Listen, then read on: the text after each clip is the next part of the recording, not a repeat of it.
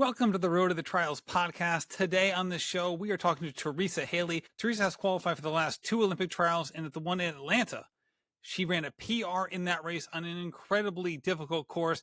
Today, we talk about some of her experiences qualifying for both Atlanta and Orlando and talk about the challenges heading into this Olympic trials window that she's taking head on before she heads to CIM at the end of the calendar year. Before we do that, big shout out to VDOT, the best coaching platform out there. Go to v.o2.com today to go check out all of their offerings. Also, there's a link to their website in our show notes. So let's get into it. All right, we are here at Road to the Trials Season 4, getting ready for LA 2028, and we are here with Theresa Hailey, who qualified for the trials in 2020 and in 2024, there we go, and looking to do so again in 2028. Theresa, welcome to the show. Thank you for having me. This is really exciting. We were joined by Peter Bromka and Lindsay Hine, my co-hosts for this entire season of Road to the Trials. So, Theresa, you have qualified for the trials twice already. So what's your evolution been like in terms of how you think about the trials and its importance in your running life? I mean, I'm a very goal-oriented person, and having this goal over the last, for me, it's been 12 years now that I've been working on qualifying for the trials. This is just how I live my life. It keeps me motivated in all aspects of my life. And in no doubt in my mind, after 2024, I'm certain that I was going to go after 2028. I'm very excited. What about 2024 led you to such a strong belief? Well, I don't know if a lot of people know this, but I had, a pretty bad injury after 2024. So I qualified in 2022 at Chicago, and leading up to the 2024 training cycle, the marathon training cycle, I got an injury in my training cycle. I had a stress reaction in my hip, and I actually found out a week before the race, and I wasn't able to actually compete at the trials. So 2028 will kind of be like my little redemption.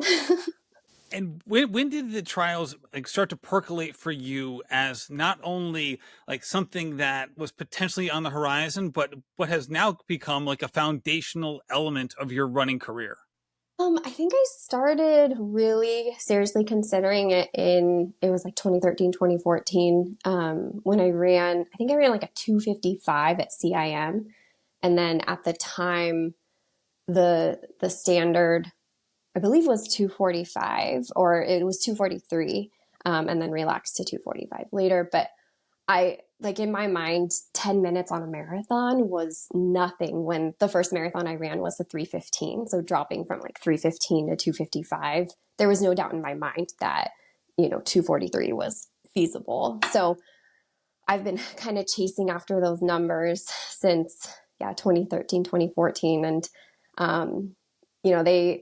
when they dropped it from 2:37 or from 2:43 down to 2:37, again, it was scary, but it wasn't I'd done that big jump before. So it wasn't something that I didn't think was insurmountable. I want to hear about this moment. You're headed to Sacramento in December 21. And I think they announced that the new standard was 2:37 on a Friday, and you're running CIM on a Sunday. And from what I recall, when I think of that race, I just instantly ingrained in my memory is the image that you put on social of after the race, you posted a photo of yourself almost levitating with excitement as you get towards the finish. So can you bring us through that? What was your goal for that day? What did you run? And tell us about that day. So that was my first marathon after the pandemic, and I went into that cycle just so amped to run a marathon.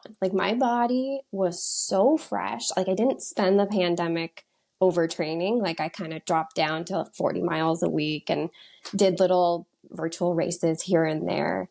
And so I was able to jump into a cycle totally fresh. And when that standard was announced on that Friday, it didn't even like faze me. Like I was so calm. Like, oh, well, whatever I run on Sunday, I'm like, it is what it is. And I remember, I think I ran like at that race, like I had the idea in my mind. I'm like, oh yeah, 6 minute like pace is kind of, what I've been doing, but that's not on my mind right now because the standard doesn't even open up for another month. It doesn't count. Like, I'm just going to run this race. This is my celebration after the pandemic. Like, this is like, let's just have fun with this. And my friend Joanne actually ran with me the first 3 miles of that race because she kind of had the same goal. And then she like turned to me at mile 3 and we like went out at like 6:05, 6:10, like really controlled. And so she told me she was pregnant. And then she's like, I'm dropping out now. You're going to do great. Good luck. I don't know. I felt so calm and I kind of just started, like I was in my rhythm. I just trained by myself for 2 years, like isolated. And I was able to just run my own race. And I think I ended up negative splitting by like 2 or 3 minutes. Like it was insane. And but the time wasn't on my mind because I was like, it doesn't even matter. So why worry about it? And I ended up running, 20 seconds off of the standard and having like a 5-minute PR. Wow. You know what? That's like one of those things that we always talk about is when we take the pressure off of ourselves, we run really well. And I think when you're running at this level, finding that balance of like taking the pressure off, but also when you're trying to hit a standard that in your life really matters, there is going to be a little bit of pressure. Yeah. So what a beautiful experience you got to have, not having to worry about it because it wasn't even on the table. Yep. Yeah. And like going into this, the next training cycle, it's been about almost 2 years since I have run my normal high mileage. And I'm kind of taking this as my pandemic years of running again and giving my body the opportunity to rest up so that I can go big when the time comes. And like I haven't been going over 45 miles a week in the last 2 years. And it feels good. Like my body's getting back to where it was, but it was such a bad injury that I had to retrain myself how to run again. It was a femoral neck stress reaction.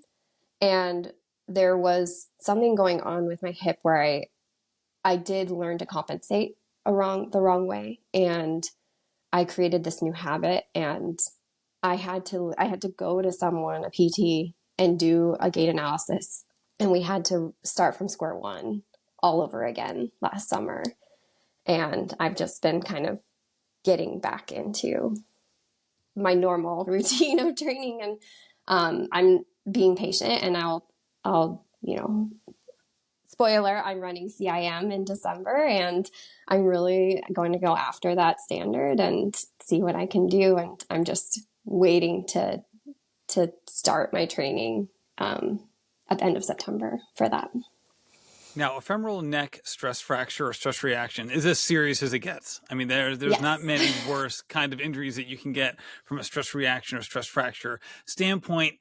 So when you heard the news that that's what it was, what was your evolution of dealing with that diagnosis and the following prognosis once that came to light? Well, so first of all, I ran Berlin in October.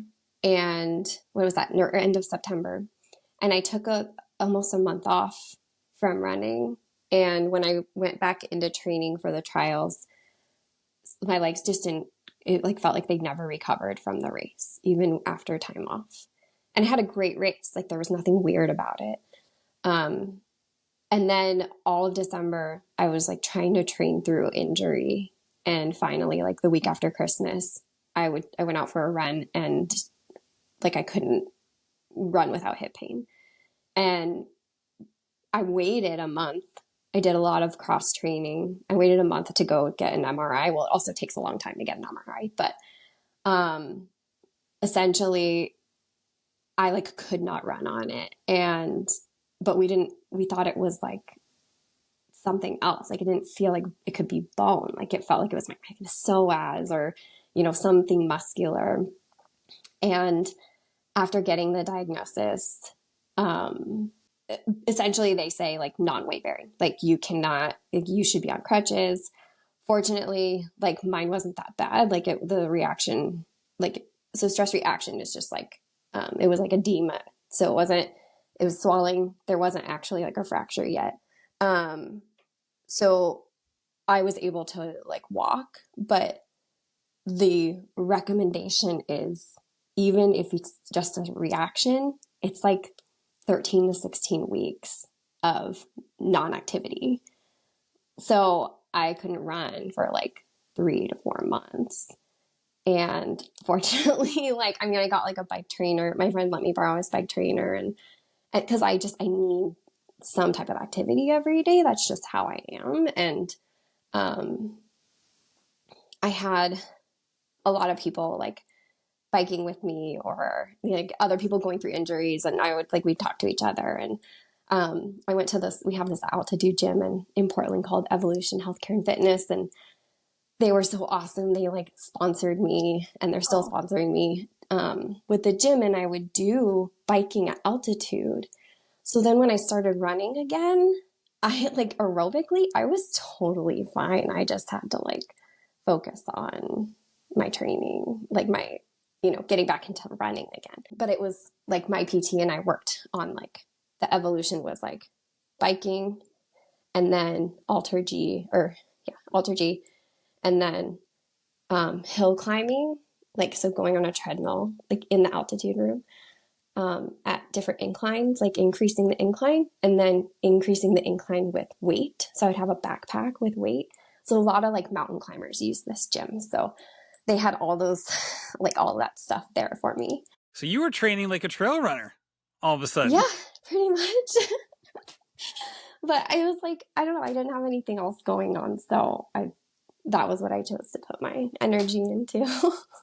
Let me ask you a question about that, because it can be kind of a perilous situation when someone is very aerobically fit, but they're in a situation where they have to be extremely careful about weight-bearing exercises because you want to do more. Your body's ready to do more from an aerobic perspective, but like you have to really dial it back on the weight-bearing stuff. So what was that like for you, just from like a controlling the workout type perspective and being disciplined in what you were doing and making sure that you didn't overdo it?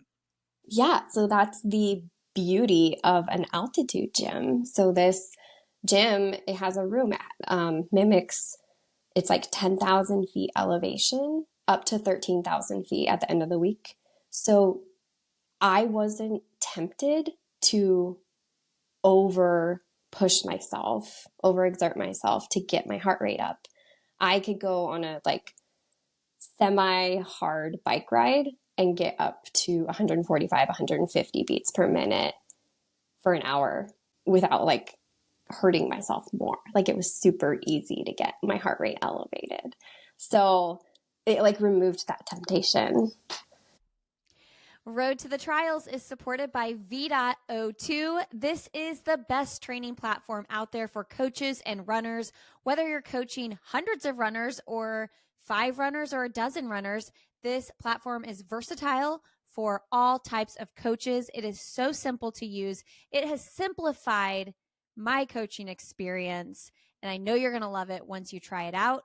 Created by the great Jack Daniels. The formula they use is created by him, and it is one of the best training systems out there. Go to v.o2.com to learn more. Thank you so much to v.o2 for supporting Road to the Trials and believing in the work we're doing here. I want to talk a little bit about, obviously, the injury was not welcomed. We did not want this. But you said like right now you're going to be entering this training similar to how you were entering the training after COVID, where you kind of intentionally were just running like 40 miles a week. And I am just curious, like, is that ever normalized in this sport when you're running at any sort of higher level? Because, everybody says like season upon season upon season upon season is how you make gains. And I'm just sitting back here thinking, life is full. I know people who are running 3-hour, 15-minute marathons, 3-hour, 30-minute marathons who don't take seasons down ever. Mm-hmm. I don't know how they do it. And I'm just curious, like, do you see other people running at this Olympic trials qualifying level doing it in this unconventional way? And, you know, you didn't want the injury, but if you hadn't had it, do you think you would have taken some downtime off? Okay, I would say probably not, but just because I want to keep the momentum going. I do feel like it was a blessing in disguise because I need the longevity of the sport for myself. And like, I'm probably going to be the person that goes after the 2032 Olympic trials. But the blessing is like, I feel like 2028 is probably my last chance to be super competitive in this sport, given my age. So I'm turning 37 in November and I want to go out with a bang. So like kind of being forced to have this long rest is, I think it's going to just be better for me in the long run. Literally. Light a fire. But I don't see it. No, people don't do this. Like, unless they're forced to. Like, people don't even want to take like a week off to heal something that's nagging. It isn't normalized. I think people don't, it's hard for them to grasp that foundation, like how important it is, and like that you can dial back and like kind of have, you know, that low level training, and that still counts as your like building, you know, the mountain. And it's all cumulative. Like I don't think people think of it like that unless someone explains it to them or shows them that, you know, this is what I did and this worked. But it's easier for me this time around because I've done it before too. Mm-hmm. So going through COVID, I was like, oh yeah, I took 2 years at 40 miles a week and I ran that really good time. Maybe I'll do it again. I was curious, from what I remember, you had one of like, I remember seeing you at the airport after Atlanta and you were like almost, again, this levitating theme comes through. You were like so happy because can you bring us back to that day at the end of February in Atlanta and just like what it's like to have, you know, not everyone has a great day at the trials. Can you tell us more about, part of the reason we're doing Road to the Trials is we know it's a special marathon, but the three of us haven't run it. And like, what's it like to go into such a pressure packed day and come out the other side? I think the trials, actually racing at the trials, was the icing on the cake. And I think a lot of people use that analogy. We all felt just so lucky to be there. And a lot of us, I mean, I think I went in there ranked like 350th out of 500 runners. And I was so jazzed when you saw me because I like placed 77th on like a really hard day. And I think I PR'd by like 2 minutes. And I don't know, the stars aligned that day. And being part of a team like Oiselle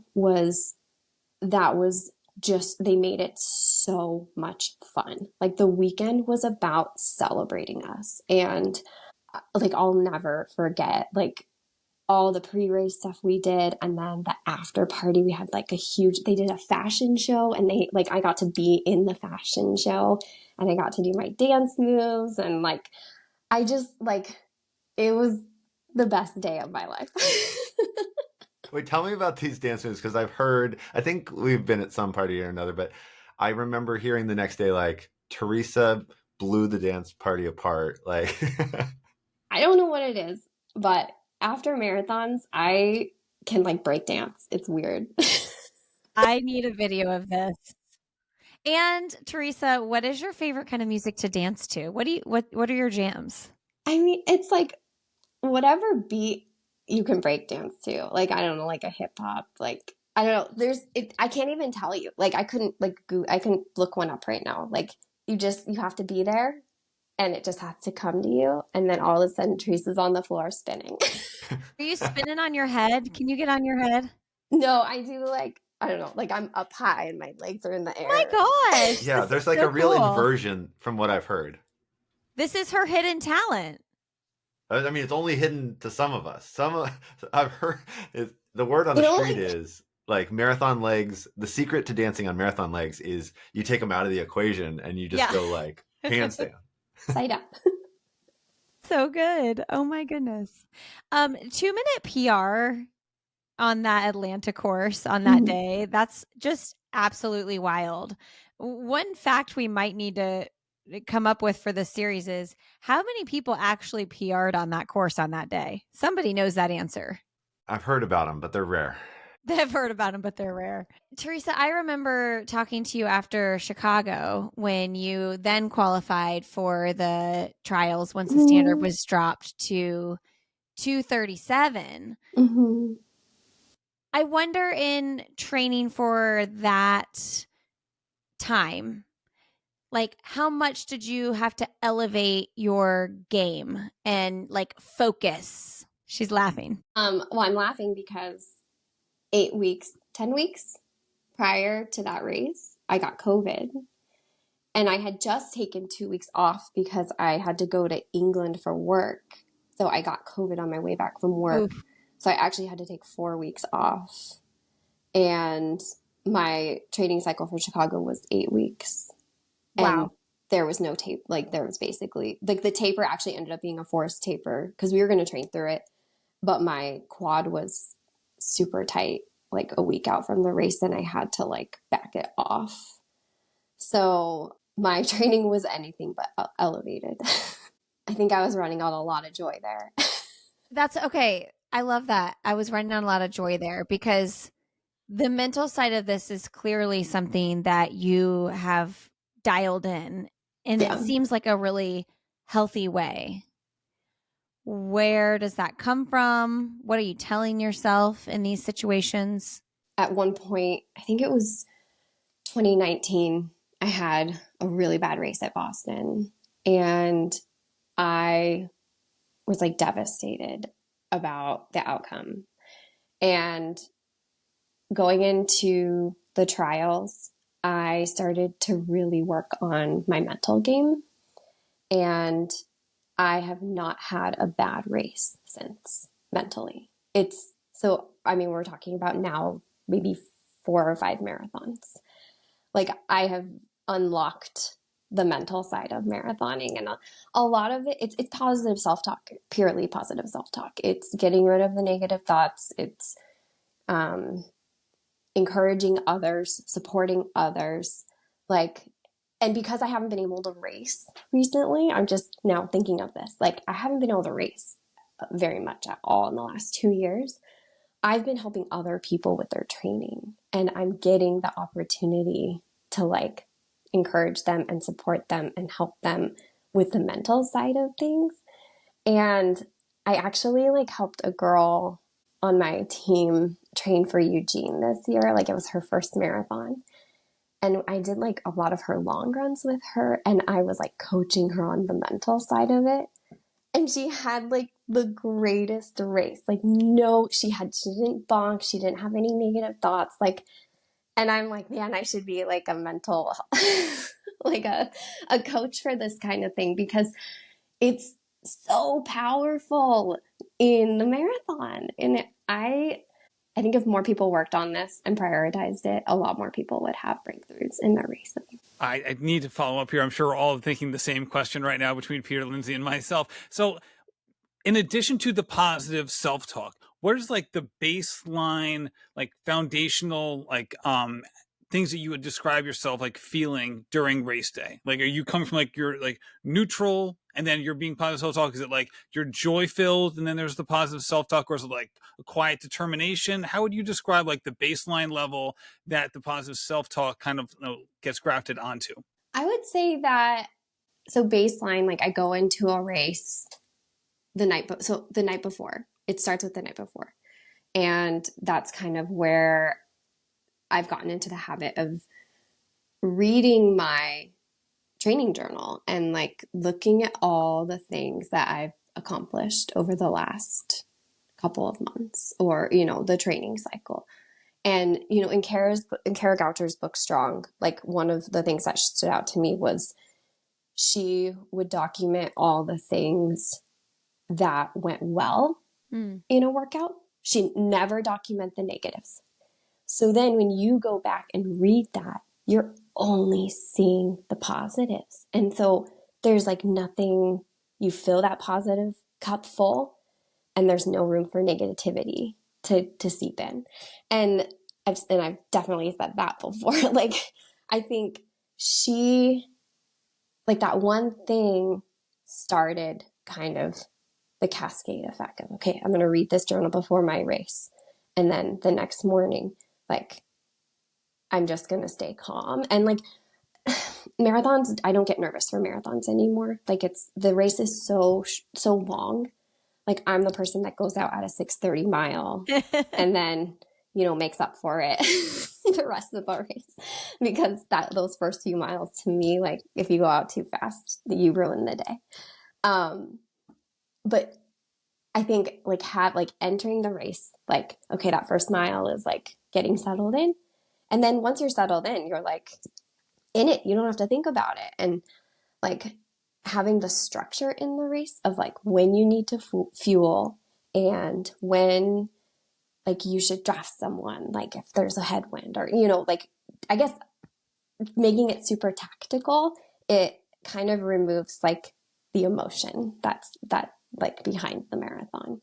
And then when it gets hard, then that's where you start pulling from your cup.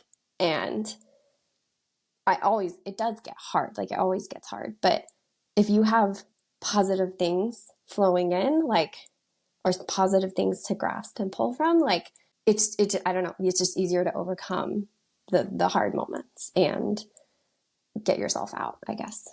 You've used phrases that allude to this, like negative split, staying positive. But when I saw your result from Chicago, you know, you run 2:37:30 at CIM, PR by a bunch of minutes. So you're like, I can do this. I'm in the ballpark. And then I saw your finish result. You know, Theresa just ran 2:36:40. Like she's qualified for the 2024 trials. But you know, in the back of my head, I'm like, that's pretty close. Like 20 seconds, you're playing with not too much. But then those of us who follow your running go deep on the splits. And your fastest 5K, unlike most marathoners, was from 35K to 40K. So talk us through what it's like to get to the end of the marathon. We know it's getting hard, but you're also accelerating. And where are you at mentally and physically in those stages of the race? The feeling of getting faster every 5K is just like the greatest feeling ever. Like I remember in that marathon specifically, my legs, like I knew I was getting faster, but I wasn't scared because it felt right. And like my coach the day before, like when we'd had our race talk, he was like, don't be worried about like, so that was the 8-week training cycle. I didn't have very many weeks at the peak mileage, or like we didn't even hit the peak mileage that I had goals for. But we had done some killer workouts where I think I did like 10 by a mile and I was running like 5:25, 5:20. And I remember he said that day before the race, he was like, you have those miles in your legs. You can pull them out when you need them. And so when I was running that fast 5K at the end, I was like, these miles are in my legs. I got this. Like it wasn't scary. And like, I think I was getting closer because I was so close to the finish. I was like, oh my gosh, I was starting to do the math and I'm like, I think I might be able to do this. But also the pacer that I was running with was speeding up as well. He wasn't a pacer, by the way. I thought he was. He was just running his own race. And he'd never run a 2:37. but I was going with him because I was like, I want to keep running with him. And he's going to take me there. I thought he was my pacer. And so he was getting faster, and I wasn't blowing up, but I was like, okay, I'm just going to go with this. Like, this is doable. And then when it got to like a mile to go. It's so easy when you can do the math with a mile to go. You're like, oh my gosh, I can do this. If I can keep this pace, I can do this. And yeah, I rounded that corner. I'll never forget. There's two guys running next to me. I was like 200 or 100 to go, and I was like, let's fucking go. And I was like pushing them, like, make it a race. But oh man, that was such a good day. That's so good. Did they go with you? They tried. I do have a picture. I have a picture of me at the finish. Someone had sent me, and they were like holding me up, like, so they made it across. But yeah, they were like right next to me, and I don't know who they are, but they were very nice people. This is sort of what we're curious about, is the power of standards, not just marathoning and process, but like, it sounds like you've been able to, part of the reason we wanted to talk to you is like, you've been able to take these standards and make the most of them. And so I'm curious what the time standards mean to you. Like, yeah, I mean, again, goal-oriented person over here. I love having something to shoot for.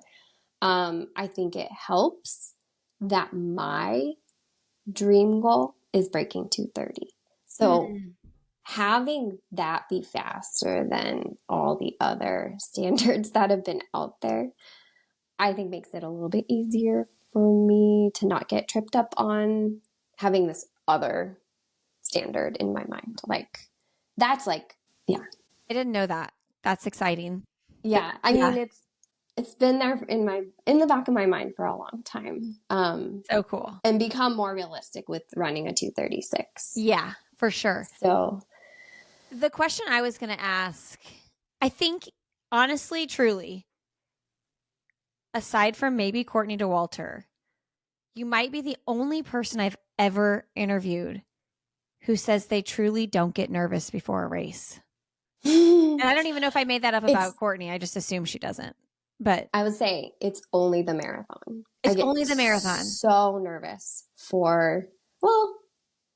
I get like kind of nervous for a half marathon because it's more in the pain. It's a different pain train, totally different pain train. And I think it's like so much, that's the thing. It's so much dependent on your mental strength. And I'm like, oh, I've got that like in the bag. Like, so yeah, I never get like marathons don't make me nervous at all. Like I could go out and run one tomorrow and be like so happy. Okay. One more question on that. You don't even get like nervous. Like, you know how most people have to go to the bathroom like 95 times before a marathon. Do you have to do that? I mean, I do. Yeah. Okay. Just cause I want to like make sure I'm not get it all out, feeling horrible during, but yeah. Like, if I could get rid of one side effect of marathoning, it would be that fear of like making sure it's taken care of before you start running. It also helps with like routine, like having routine. Yeah. So like make sure you're eating the same thing the night before. Make sure you're eating the same thing in the morning. Like as much as you can eliminate the unknowns, then you remove, any potential for something going wrong. So like, yeah, it's really great. And I've done 15 marathons, so it's helped that I've had that much experience. All right, I want to ask you one more question about Orlando. So you weren't able to run because of the injury, which is a total bummer. But coming off Atlanta, where Atlanta was like, as you talked about, like the greatest day of your life, right? And then Orlando, not to or dramatize it, make it to the other end of the spectrum, but obviously it wasn't the best day of your life. Like you're watching other people do what you had hoped to do.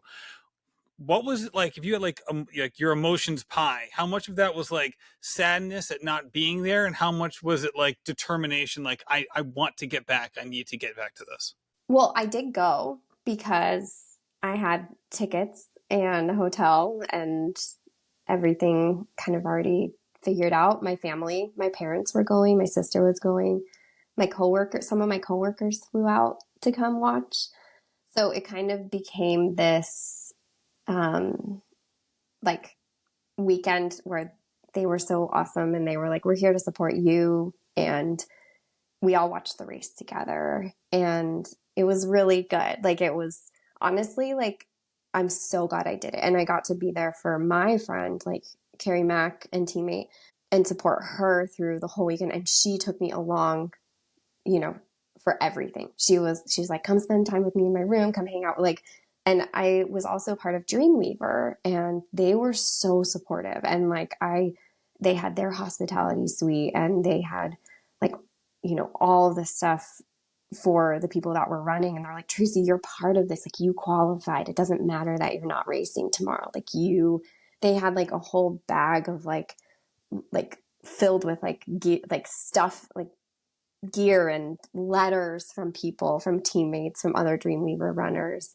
And then there was Wazelle. Like they had their series of events the whole weekend. And so it was like, even though I couldn't race, there was still so much celebration for just making it there. And I think a lot of people didn't show up that day who weren't able to run the race. And I have no regrets that I went. Like it was actually like, it provided the closure that I needed for that, season. Like it didn't discount all the work that I had put in over the years to like get to that point, And then we went to Disney World. So like, it was like, okay, like now I can like move on from this. Let's get recovered. Let's try again at the next one. And yeah, I mean, I wouldn't have been able to do it without like the support of so many people. Theresa, you are in a very different phase of life now than you were competing for the other two to make the other two trial standards. And you are fostering two toddler boys, which is a big, big life change. Curious just how things are looking and how you're feeling about maybe having running as an outlet, but also an added thing to do when your plate is a lot more full in a different way now. Yeah. So my husband and I have been talking for many years about doing foster to adopt. And we actually had two little boys placed with us 2 months ago. And so I've been on parental leave since June. And running has still taken a priority because that is just, two toddlers are a lot. But having that like outlet is so important. And honestly, that access to my community, like having children can be so isolating. And we've noticed it firsthand from this. And it makes me like want to try harder to support other like mothers so that they can like live their lives outside of having children, like it's been amazing to see like what building a family is actually an experience, like what building a family is like. But I absolutely do need running still, and I'm prioritizing that. And I'm so excited. Like I'm the kind of person that loves to have lots of goals and pursue many, like have a lot of variety in my life. I'm actually going back to work tomorrow and saving my last month of leave to spread throughout the year. But I'm so excited to bring like work back into my life so that I can have, now my family, like my kids, and then my work, and then running. And that triangle has always like been really important to me. And like being able to, swap which one's priority is super helpful, but also not being, not having so much focus on like one, like some, like there's over concentrated, I guess is what I'm trying to say. Like I need to have a little bit of everything, in order for me to feel like I'm I'm accomplishing things and like moving forward. So it's been a huge change. I don't know how single parents do it. And I applaud you if you are a single parent and you're doing something like you're raising a toddler or multiple toddlers. But yeah, it's been really a fun experience.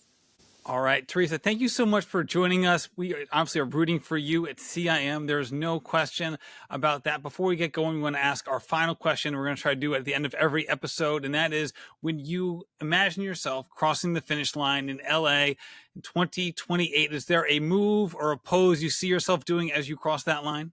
Are we going to do the break dance? Are we going to break it out again? So, yeah.